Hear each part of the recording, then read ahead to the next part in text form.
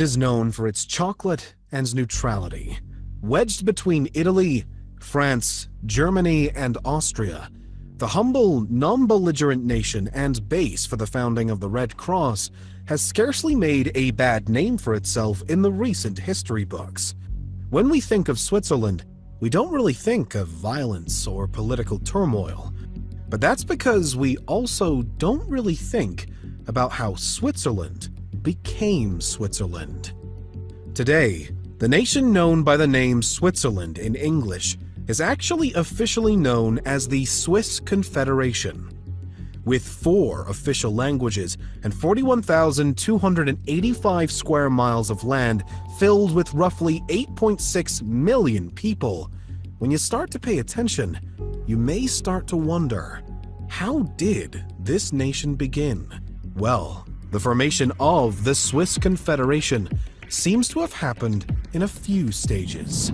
Back in the BC era, modern-day Switzerland was occupied by Helvetic Celts and would later be taken under the crown of the Roman Empire. From there, the region passed between Germanic tribes, Charlemagne, and eventually the Holy Roman Empire. It was during this time that we see the first phase of the Swiss Confederation starting on the path that turned it into Switzerland as we know it. First came the Old Swiss Confederacy. In 1291, 3 Swiss cantons from within the Holy Roman Empire decided to form an alliance amongst each other in response to the destabilized environment around them. These cantons, Uri, Schwyz, and Unterwalden, agreed through a federal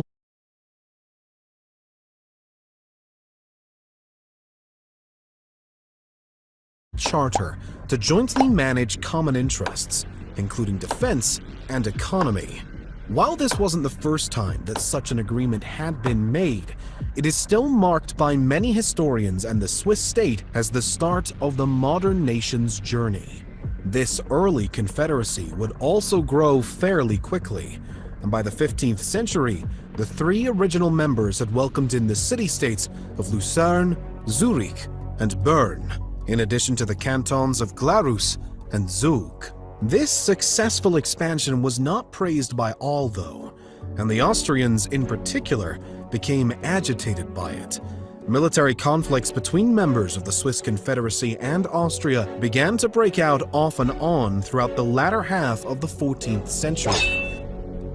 This clash was a result of the ongoing strife between the Old Swiss Confederacy and the Duchy of Austria under the command of Leopold III and resulted in a remarkable Swiss triumph.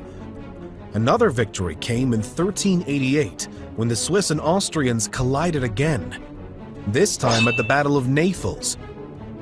And an even bigger turning point came for the Swiss in 1499 with the Swabian War. The Swabian War occurred between the Habsburgs of Austria and their Swabian League allies against the Swiss Confederacy, with their friends from the 3 leagues of the Grisons. As before, the root of the conflict was a territorial dispute over other neighboring lands, as the Swiss were continuing with their expansion at the expense of Austria's own ambitions.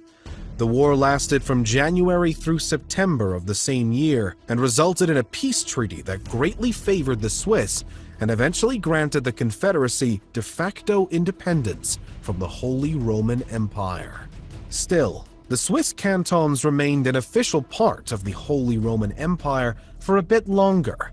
However, their expansion did not end by any means.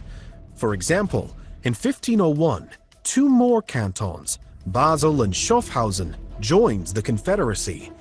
In September of 1515, the Battle of Marignano between the Old Swiss Confederacy pitted against France and Venice proved that the so far invincibility shown by the Swiss was not quite as bulletproof as they had hoped. Nonetheless, despite the crushing defeat, the Confederacy stood strong and moved on to the next obstacle, the Protestant Reformation. The Swiss Confederacy was directly affected by the Reformation and subsequently became greatly divided. Between the influence from Luther over in Germany to that of Zwingli and Calvin